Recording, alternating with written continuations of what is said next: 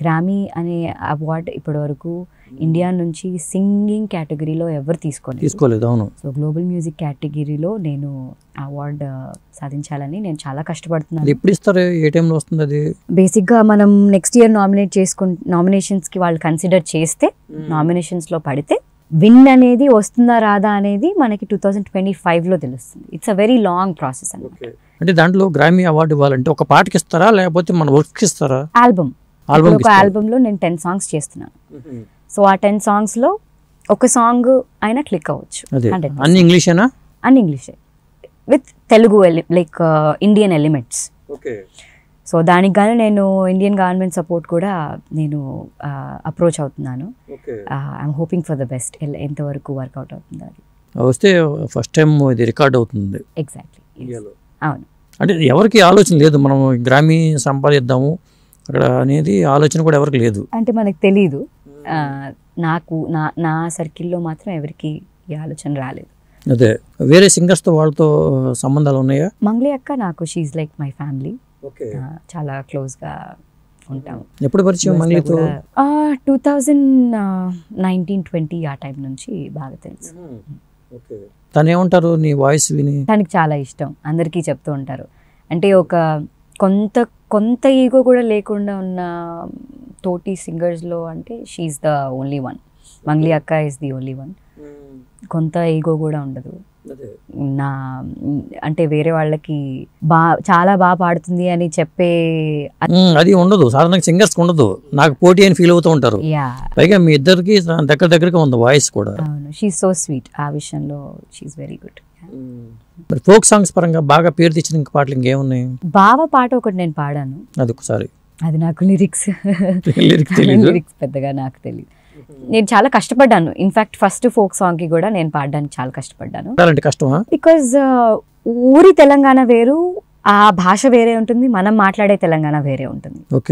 So దానికి గాను మనం చాలా, నా మట్టుకైతే నేను చాలా హోంవర్క్ చేశాను. నన్ను పాపం బాగా, నేను ఎంత విసికిచ్చినా కూడా బాగా నన్ను పాడించారు ఫస్ట్ సాంగ్. దాని తర్వాత it became easy. But lyrics అయితే కంపల్సరీ చూసుకొని పాడాలి, బికాజ్ వాటిలో మనం మిస్టేక్స్ చేయకూడదు. ఒకసారి రావా బావా అండ్ ఒక్క బావ సాంగ్ పాడాను నేను.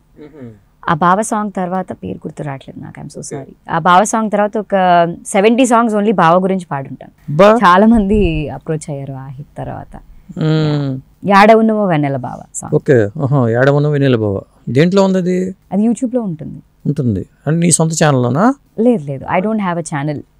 ఫోక్ సాంగ్స్ నేను ఎప్పుడు రిలీజ్ చేయలేదు, ఎప్పుడు యాక్ట్ చేయలేదు. అది నా జానరా కాదు, బట్ నేను పాడతాను.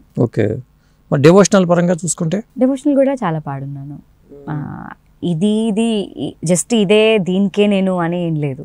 అన్ని స్టైల్స్ నేను టచ్ చేస్తున్నాను, అన్ని స్టైల్స్లో నేను పాడాను. అసలు ఏంటి లైఫ్ అంబిషన్ ఏంటి? అంటే మ్యూజిక్ డైరెక్టర్ కూడా కావాలనే? ఇప్పుడు మ్యూజిక్ డైరెక్టర్ కూడా చేసినట్టున్నావు కదా? అవును, హనీమూన్ ఎక్స్ప్రెస్ అని ఒక మూవీ ఒక్క సాంగ్ చేశాను as a guest composer. Kalyan Malik గారు ఒరిజినల్ మ్యూజిక్ డైరెక్టర్ దానికి, బాలా గారు దానికి డైరెక్టర్ అండ్ ప్రొడ్యూసర్ అనమాట. Heba Patel and Chaitanya Rao పల్లాడి. That's my recent very very fresh work. అది నేను అండ్ మదీన్ ఎస్కే గారు చేసిన వర్క్. సో దానికి లిరిక్స్ కిట్టు విసప్ర రాశారు. సో అవి అప్కమింగ్ వర్క్స్, ఇంకా at to release. Life ambition అంటూ ఏం లేదండి. ఇప్పుడు నేను ఇంత కష్టపడుతున్నాను, యుఎస్కి వెళ్ళి వాట్ ఎవర్ ఇట్ ఈస్. ఒక 2 years అయింది నేను ఫ్రీక్వెంట్గా ట్రావెల్ చేస్తూ, కనెక్షన్స్ కోసం, నెట్వర్కింగ్ కోసం, ఒక ప్లాట్ఫామ్ కోసం. ఇలా నాలాగా ఎవరు అంత కష్టపడకుండా నేను ఒక ప్లాట్ఫామ్ అయ్యి, నాలాగా ఎవరైతే అనుకుంటున్నారో ఎస్ దిస్ ఇస్ పాసిబుల్ అని చెప్పడానికి నేను ఒక ప్లాట్ఫామ్ అవ్వాలి ఆస్పైరింగ్ ఆర్టిస్ట్కి. ఎస్ ఇది చేయగలుగుతాం మనం, నథింగ్ ఈజ్ ఇంపాసిబుల్ అని చెప్పడానికి నేను ఒక ప్లాట్ఫామ్ అవ్వాలి అనేది నా లైఫ్ కంప్లీట్ అంబిషన్ అని చెప్పాలి. As many originals as possible, as many songs as possible నేను చేస్తూ, అందరినీ అవి రిలీజ్ చేస్తూ అందరినీ ఎంటర్టైన్ చేయడమే. ఏ మ్యూజిషియన్కి, ఏ సింగర్కైనా కూడా లైఫ్ అంబిషన్ అంటూ ఇదే ఉంటుంది. పాటను ప్రేమించే ఎవరికైనా కూడా ఇంతే ఉంటుంది.